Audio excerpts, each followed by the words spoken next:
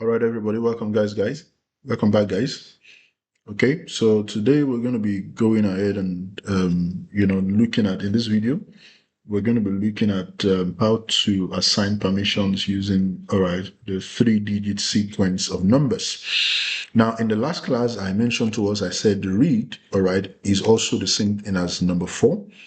Write is also the same thing as number 2.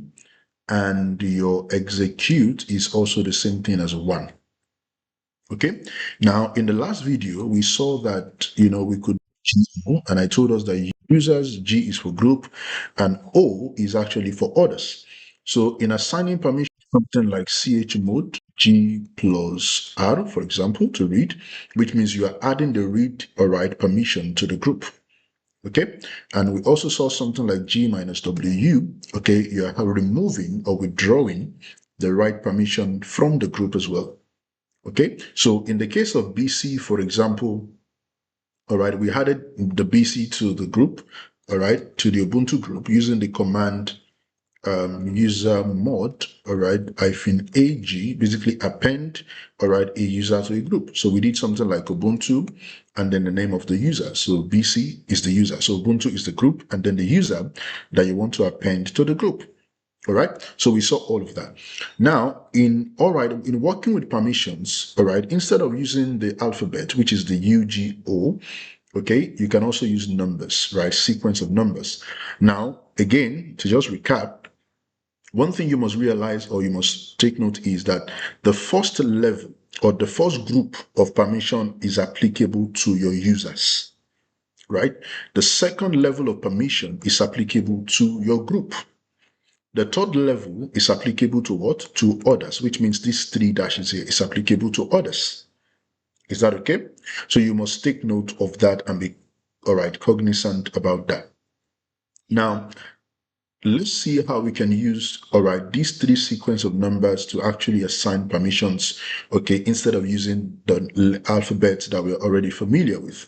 Now, let's say, for example, Sheon, for example, as a user, does not have, access to the Ubuntu directory because Sheon is a user, he belongs to his own group, but he is not a member, of the Ubuntu group. Okay, so Sheon is not a member of the Ubuntu group. BC is a member of the Ubuntu group, so BC has access already and can do anything. Is that okay?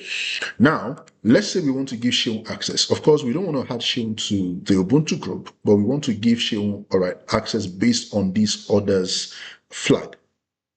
Now, if I do chmod, now if I want to give others the flag, what will I do?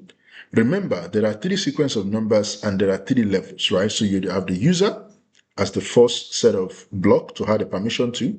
You have the group as another set, and you have others, right? Now, each of these group can take on 3 permissions, right? So they can take on read, write, and execute, right? That's for user. For the group can also take on read, write, execute permission. That's another group. The others can also take on permissions as read, write, and execute. Okay, so which means a user can have just read access, and that's fine, depending on what you want to achieve. That means a user can also have read-write access. It's also good. That means a user can have all of the 3 access, which means a user can read, a user can write, a user can can execute.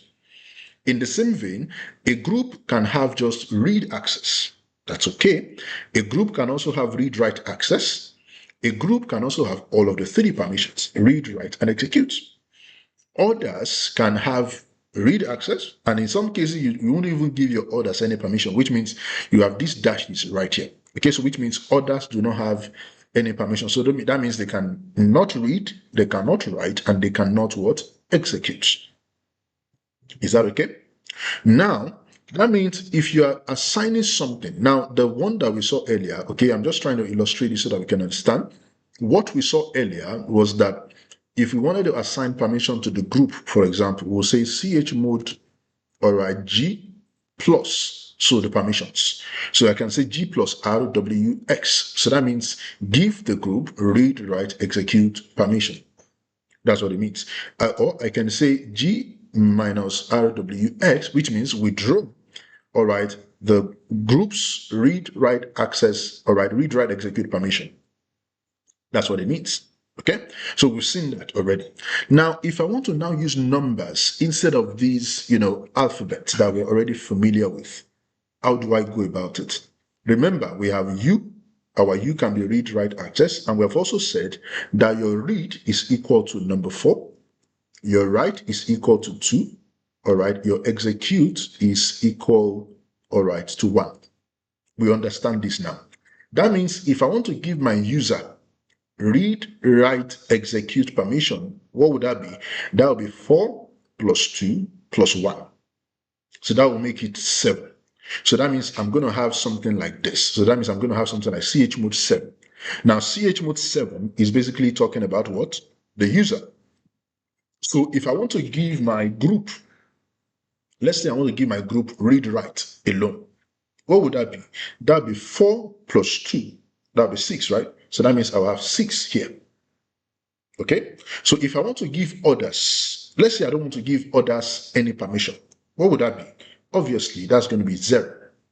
So what I have here is basically, all right, the user having read, write, execute access, the group having what? Read, write, access alone, others having no permissions at all. So that would signify by what? By 0. Is that okay? Now, that is basically the user, the group, and others. Now, let's assume that I want to give others, all right, just permission, or maybe just, I just want to deal with the group alone. I don't want to give the user any permission. I don't want to give others any permission. Now, the challenge with that is if I don't want to give the user any permission, I will have to say 0. So if I want to give the group, let's say I want to give the group read permission, I can say 4, all right, and I will say 0 again. That means the user is not going to have any permissions, all right? Now, the group is going to have read permission only, okay? And then others will also not have any permission. Now, the 0 has basically, all right, it will overwrite the permission that the user already has. The 4 will now assign, all right, the read permission to the group, or 0 means what? The others do not have any permission. So let's see this in action. So now if I come here and I say 040, all right, and I come here and I say home/Ubuntu. So basically I'm applying that to the Ubuntu group, sorry, the Ubuntu directory, right? So let's press enter, let's see what happens. So now if I do ls-l/home, now what do you have? Now you can see the trick. Here, our user has read, write, execute access. Our group has what? Read, write, execute access, but others didn't have anything. So now that we have said 040, we can see that the group now has what? Read access. Okay? So 0 means no access, 4 means read, 0 also means no access. So each of the number representing, all right, each of the user, all right, entity. So the first 0 signifies the user, the second permission level signifies the group, the third permission level signifies what? Others. So in the same way, if I say chmod, all right, 04, all right, and I say 7, right, and I say /home/Ubuntu, okay, and I go ahead and I say ls-l/home. Now look at what you have. Now the group still retain the read permission. Others now have what? Read, write, execute permission. Can you see that now? Others now have what? Read, write, execute permission. That means even Seun that is not a member, all right, of the Ubuntu group can now, all right, have access to the Ubuntu directory and do whatever he likes. Of course, that's a security risk. Of course, you wouldn't do that in a production environment. Okay? That is why your permission should be between the user and the group. Others should have limited permissions, all right, or no permissions at all in some cases. Okay? But I'm just showing you how this permission thing works. Okay? So now, another thing that you need to know is that if I go here and I say ls-l or ls-l/home/Ubuntu, okay? Now, look at what it says. Permissions what? Permission denied. Now, why do you think the permission was denied? Basically because the user Ubuntu, even though it is its directory, that user does not have access again to its own directory. How interesting. All right, can you see that? I mean, how interesting. The user does not have permission to its own directory again because, I mean, the user does not have any rights again. There's no read access, there's no write access, there's no execute access. The access now belongs to what? Exclusively, all right, to others. So that means if I do su-shell now, for example, and I log in as the shell user, all right, pwd, I'm in my home directory. Now, if I do ls-l and I say, all right, /home/ubuntu, look at that. Now, shell that is not a member of the Ubuntu group, because the permission has given others read, write, execute access. Now, even though Shane is not a member of the group, he doesn't belong to the Ubuntu group, but by the virtue of the permission that has changed, that has allowed others to write, to read, and to execute, now Shane now has access to what? To the Ubuntu directory. And the Ubuntu user itself, who is the owner, all right, do not even have access, all right, to its own directory. You can see how the permission works now, right? Now, but again, pay attention. The permission that we assigned is to the directory. It does not in any way affect the files in the directory. Okay? It does not in any way do what? Affect the files in the directory. So even though Shell now being on the side of others has been assigned read, write, execute to the Ubuntu directory, it doesn't mean that others can tamper with the file inside of this directory. Because, I mean, if you look at it from this permission, others still has read access, read, and read execute. Which means if I go now and I say nano, all right, I'm executing now as a shell user. If I go now and I say nano txt and I press enter, right? And then I want to type in something. Let's see what will happen. So Control O to save, Control X to execute. Now, interestingly, the shell user, all right, is able to what? Edit the file, right? Is able to do what? Interact with the file. Now, that tells you that in a way, the directory permission, all right, kind of supersedes, all right, the file level permissions. Right? Because I mean, in this folder, we have file2.txt. Now, Shell being a member of others is able to go into this particular folder and edit the files because the others now have what? Read, write, execute access. So that tells you that what? The directory permission kind of supersedes, all right, file level permission. Because at the directory level, others have read, write, execute, so which means they can do anything with that directory. Now, like I said earlier, that's a security risk. You don't want to go that route, okay? But I'm just showing you how the change mode works. Is that okay? How it works. So the fact that Shewin does not belong to the group, right? But the mere fact that read, write, execute access has been allowed for others, it means that, all right, Shewin as a user, all right, can actually interact with any file within the Ubuntu directory based on the permissions assigned to the Ubuntu directory. Is that all right? Okay, so let's exit out. Now, let's, of course, give Ubuntu user back, his rights and privileges. Okay, so let's do that. So chmod, now 7 will mean the Ubuntu user now will have what? Read, write, execute access. 4 will mean the group will have read access. 0 will mean, all right, others will not have what? Will not have access. Is that okay? So we're going to do that on home/Ubuntu. Okay, so now ls-l/home. Now, the Ubuntu user now has read, write, execute access to its own directory, but read-only access for the group.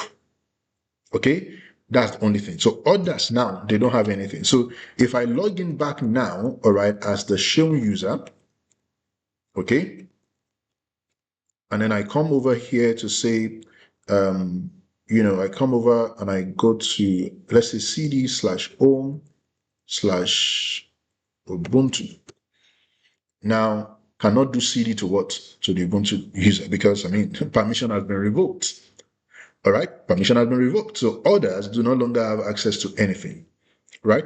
So in the same vein, if I log in as the BC user now, all right, if I log in as the BC user and I decide to go into, all right, home/Ubuntu, what are you seeing? Permissions denied. Because BC is a member of the group, but the group has what? Read-only access. Can you see that? The group has only what? Read-only access. So what if I do ls/home/Ubuntu, all right, I can actually view the files. All right, but of course I can't do anything with the files because at the directory level, the access that we have now is what? Is read-only. Okay, so even though BC is not a member of the group, but the directory permission is what? Is read only. So of course you can read the files, but you can't do any kind of modifications. I hope we understand this. Okay, now let's see what another command, which is chown, which is basically you want to take ownership. Maybe you want to take ownership of a file, you want to take ownership of a directory. Let's see how that works. So let's go back to home / or let's just basically do ls-l. Okay, so all right, so we're still inside of BC. Okay, so let me exit out. Okay, so I'm back in Ubuntu now. So ls-l. Now, if you look at the files that we have here, remember the Ubuntu directory is what we are in right now. So inside of that directory, we have file 2, file 3, file 4, and we have a folder, all right, which is the Xeon folder. Now, let's say we want to change ownership of this folder, all right? Instead of Ubuntu, we want to change it to what? To Xeon or to BC. So let's say we want to give BC access, all right, to this folder. Okay, so what do? We can use the command chown. Okay, so chown is a command to what? To change ownership. Chmod is to change permissions, but chown is to change ownership. Now, I want to change ownership of the Xeon folder, all right, from Ubuntu user and Ubuntu group to BC group and to BC user. Is that okay? Or I want to change it to Xeon user and to Xeon group. So basically, this Xeon folder, I want to change the ownership from Ubuntu, all right, to Xeon. So I'll say chown Xeon. Now I can say .Xeon, or I can say :Xeon. It basically means the same thing. So basically what I'm saying is I am changing ownership of a particular file or a folder, all right, to Xeon user and to Xeon group. And then I'll say the name of the file or the name of the folder, and then I'll press enter. Now, changing of ownership of Xeon, it says what? Operations not permitted. That means in order for you to change ownership, you need what? Elevated privileges. Now, the reason why the chmod works without sudo is because the Ubuntu user itself, all right, can manipulate its own folder. Okay, so that's why we didn't encounter any error. But now we're trying to change ownership. The Ubuntu user does not have that right, all right, to change ownership. So in order to do that successfully, we have to do sudo chown. Okay, so Xeon : Xeon and then the folder, and then we press enter. Right now, if I do ls-l, the permission is what? Has changed. So Xeon user and the Xeon group, all right, now home the Xeon directory inside of the Ubuntu directory. Now watch this. If you log in as Xeon, okay, so let's see. All right, so let's say you want to do cd/home/Ubuntu. Now don't forget that the Xeon directory is inside of what? The Ubuntu directory itself. And the Ubuntu directory has not given any permission to what? To others, right? So let's see if we can navigate into that folder. Now look at what it says. Cannot cd into what? Ubuntu/Xeon. That is to tell you that the permission assigned to the Ubuntu directory is still very much in effect. And that permission is what? Is to read, not to write. Okay, now let's modify the permission a bit and let's just play with it a bit. So if I say chmod, okay, 7 plus 6, or let's just say 7 plus 5. 7, 5 is basically, I'm giving the user read, write, execute. I'm giving the group what? Read and what? And execute, because read is 4, execute is 1. So that is 4 plus 1, that is 5, right? Now, others, I don't want to give others anything, okay? Now, if I don't give others anything, do you think Sheung is still able to do anything? Now, Sheung is not going to be able to do anything because, Sheung is not even a member of the Ubuntu group. Okay, but this folder that we're trying to interact with is now owned by Sheung, but that folder is still inside of what? The Ubuntu group. Okay, so let's give others execute permission. So that's 751. So 1 is to what? Is to execute. Okay, and so let's say chmod, all right, and the name of the folder is Sheung folder, right? And then let's press enter. Now, changing permission on Sheung is not what? Is not permitted. Why is it not permitted? Because the ownership has changed. Ubuntu is no longer the owner of the Sheung directory, even though the directory is in its own directory, right? So the only person that has ownership of this full directory is the Sheung user and the Sheung group.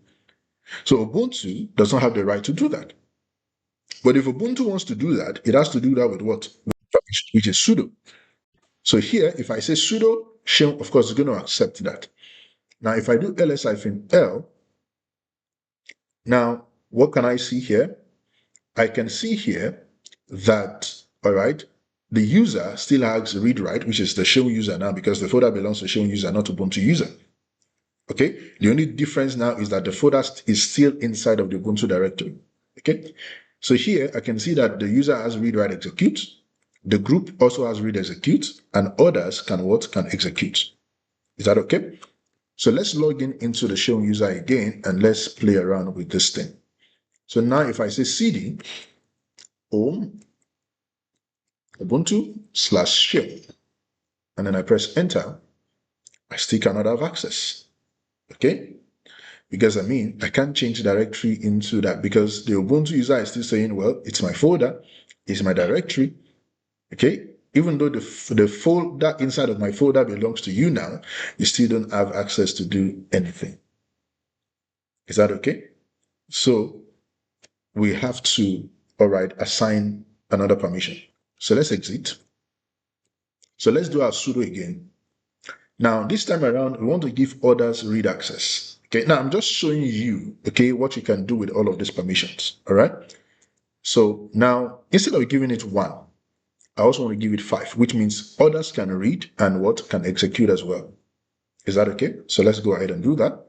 So let's log in back into Mr. Sheung here, put a password. So let's do cd home / okay, so let's do cd home / what? Ubuntu, right? Now, it's still saying permissions denied. Now, why do you think it's saying permissions denied? Because we're not doing the right thing. Okay? Now, what do I mean we're not doing the right thing? Now, look at it. We are saying sudo chmod 7551, and we're applying that to what? To the Sheung directory. Okay? Now, what we are, the permission we are applying is just to this directory. It does not affect the Ubuntu directory in any way. Right? Because if you still go here, if you still do ls-l/home, for example, the Ubuntu directory itself, all right, is still allowing just read-only access. So do you see the mistake we're making now? The permission we're assigning it to what? To the folder inside of the directory. Meanwhile, the directory that contains that directory, all right, is only allowing its own group to read. But Sheung is an external actor, right? It doesn't even belong to the Ubuntu group, right? So here, what we are seeing here is that others do not even have any kind of execute permission on the Ubuntu directory at all. Okay? So all the chmod 755 that we're doing is only applicable, all right, to the Sheung directory inside of the Ubuntu directory. Okay? So the Ubuntu directory itself is not allowing any form of access, right? It's not allowing any form of access from others. Even its own group is only allowing what? Read access.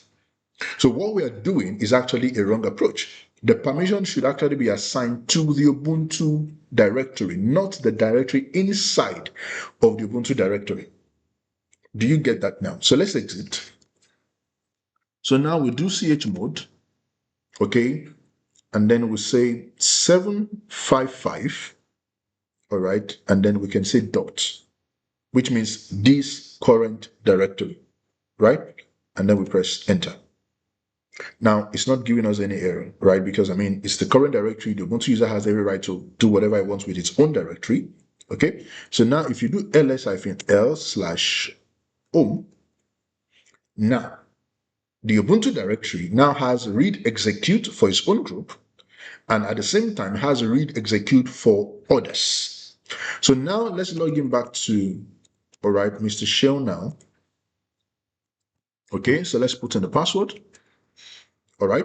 So now if I do cd/home/Ubuntu, now see that there's no error again. Okay. So pwd, I'm in the Ubuntu directory, right? So if I do ls, I can see everything inside of the Ubuntu directory because now I have read execute permission as others. So I no longer have any error. Now, if I do ls-l, and then I want to look at the permission that the shell folder has, let's see that.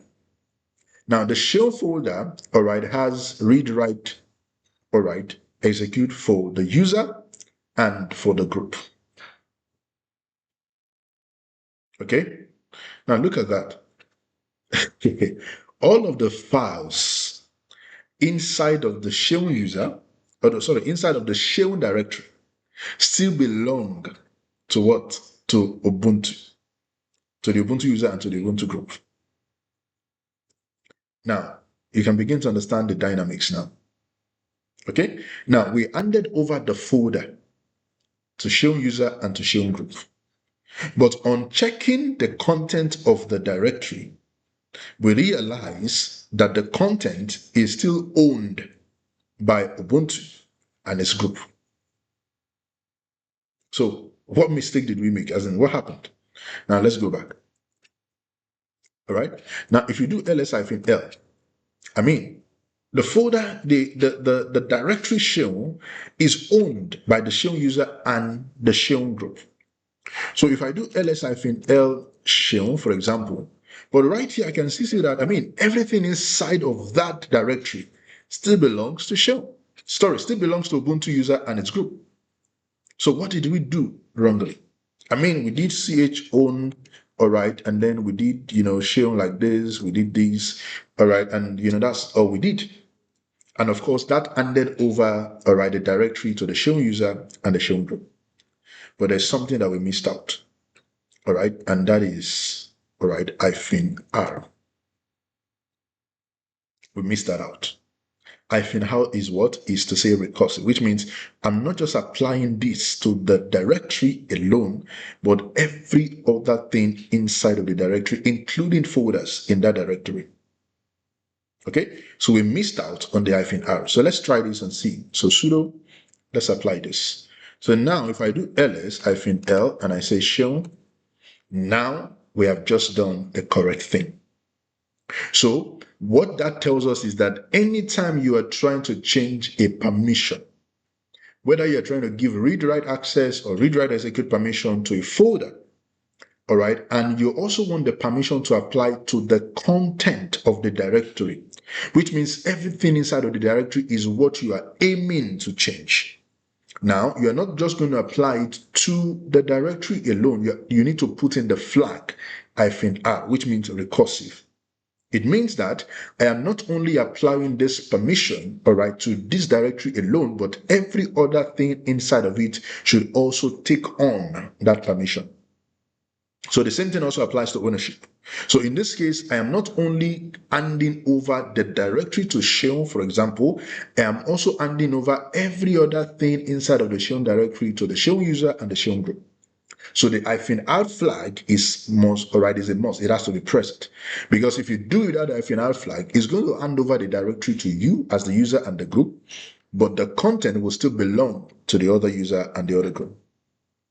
Is that okay?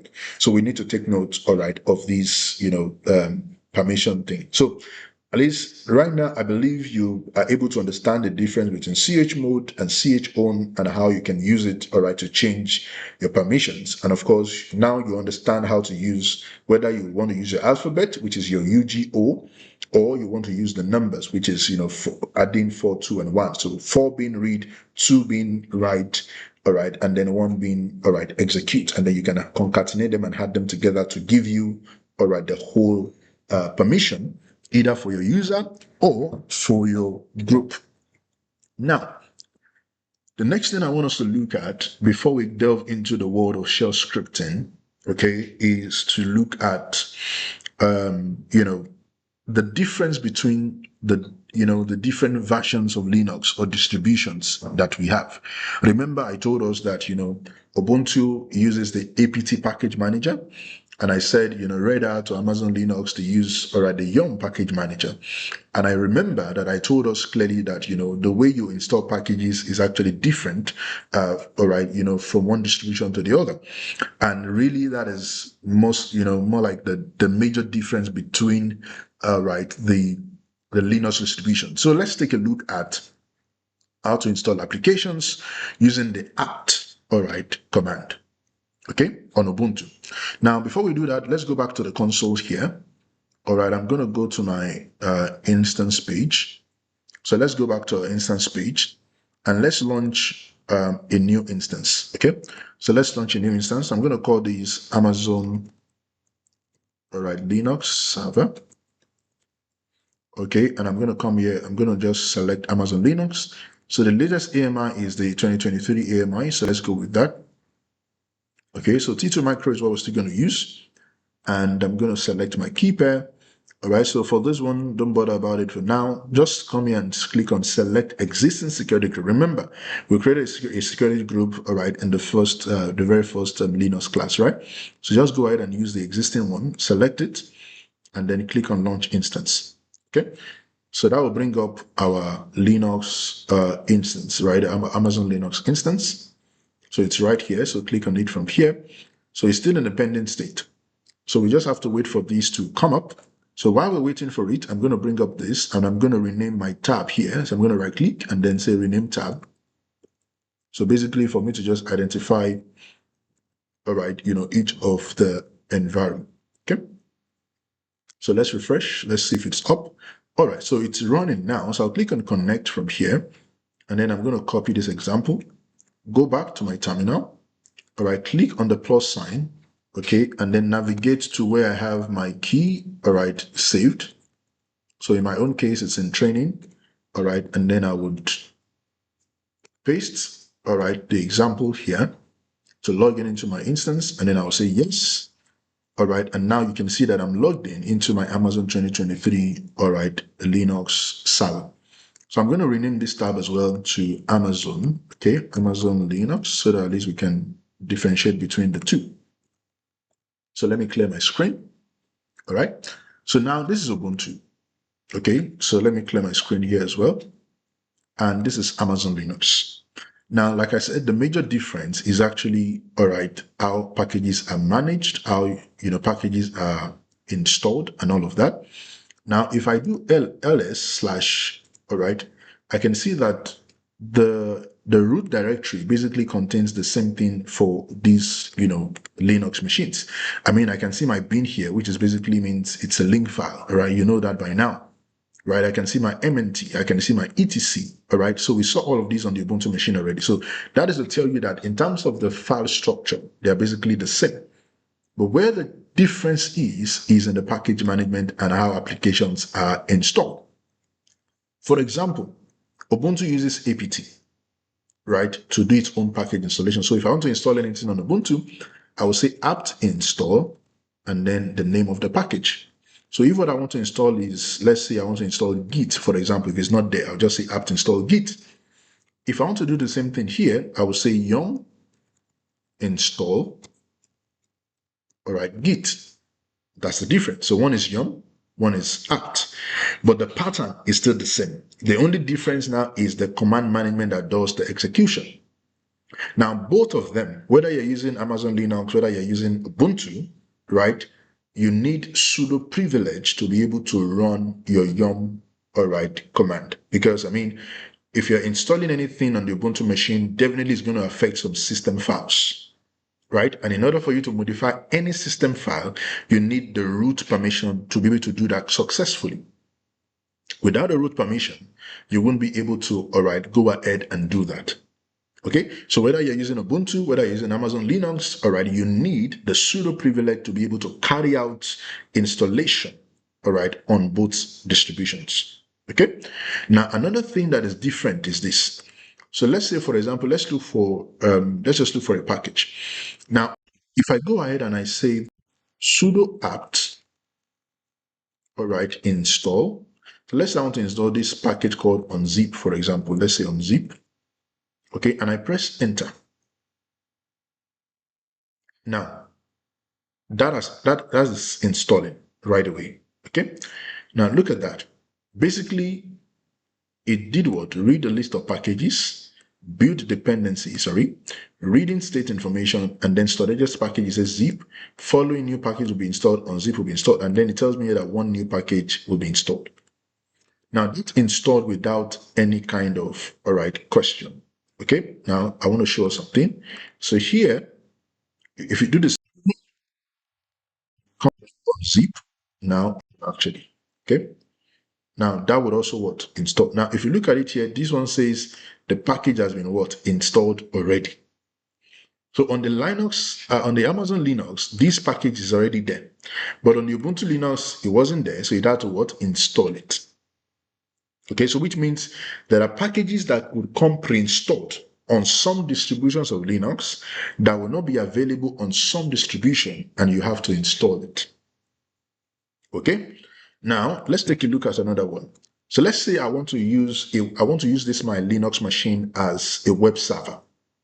Now on Ubuntu, I need to install the web server called Apache, for example. Now on Ubuntu, it is called Apache, right?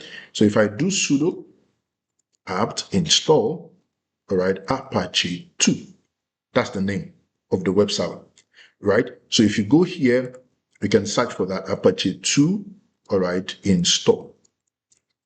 Okay, so you can search for that, right? So if you go here, you can search and then you can click on the site, right? So here you will see install and configure Apache 2 for Ubuntu, right? Now you can see that the suggestion is given to me is what? Is Ubuntu, right? But if I come here and I say I want to install Apache web server install, for example, right? Now look at what is given to me. So let's scroll down. So here is the Apache server project. So if I click on this link, now it's going to take me to this site. Okay, now look at this website. Now it says here installing on Fedora. All right, so if you look at this, it says basically installing on Fedora, CentOS, and Red Hat Linux. The command is what? Sudo yum install what? HTTPD. Look at that. Now installing on Ubuntu and Debian, what's the command? Sudo apt install Apache 2. Can you see that? But at the end of the day, it is still the same software from the same organization. But for Red Hat, for CentOS, for Fedora, and Amazon Linux, their own version is called what? HTTPD. While for Ubuntu, their own version is called what? Apache 2. The same application, but different names. Can you see that? So that means if I come here now and I want to feign ignorance and I come here and I say I want to install, for example, HTTPD. Now look at what it gives to me. It says what? Package HTTPD, does not have what? Installation candidate. Right? And it tells me here, it says, is either the package HTTP is a virtual package provided by Apache 2, or Nginx Ubuntu. And it says you should explicitly select one to install, which means I don't know anything about HTTPD. I'm not familiar with that name. So the same thing, if I go here and I say sudo apt, not apt now, that will be sudo yum install. If I say Apache 2, right? What did he say? No match for what? The argument. Can you see that? There's no match because it is not in its repository, right?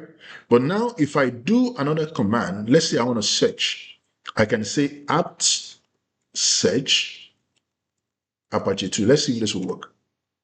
Now, if I do apt search Apache 2, now that search command does not require any sudo privileges. I mean, it's just to search the repository.